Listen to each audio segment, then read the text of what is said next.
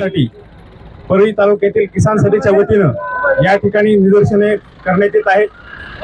आज शेतकरी शेतीचे प्रश्न, त्यांचा हमीभाव, मग तो कापसाचा प्रश्न असेल, ऊसाचा प्रश्न असेल, सोयाबीनचा प्रश्न असेल, या अनेक प्रश्नाला वाचा फोडण्याचं काम किसान सभा संबंध महाराष्ट्रातच नाही तर पूर्ण भारत देशामध्ये काम करत आहे।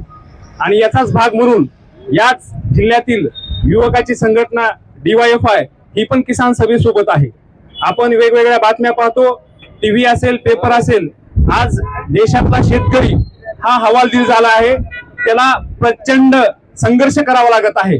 म्हणूनच गेल्या आठवड्यामध्ये संभाजीनगर या शहरामध्ये संयुक्त किसान सभेच्या वतीनं महाराष्ट्रातील सर्व पुरोगामी आणि लढवय्या शेतकऱ्या संघटना एकत्र आल्या आणि त्यांची एक मोठी बैठक संपन्न झाली।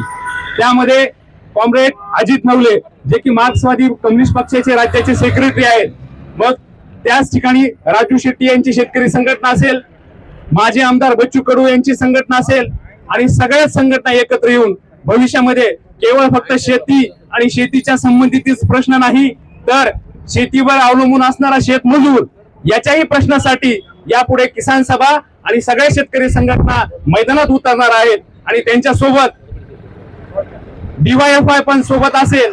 ज्या वेळेस शेतकऱ्यांवर अन्याय होईल त्यावेळेस हे शेतकऱ्याचे पोरं, शेतमजुराचे पोरं DYFI चा पांढरा झेंडा घेऊन शेतकऱ्यांच्या प्रश्नावर लढा आणि संघर्ष करण्यासाठी मैदानात उतरतील।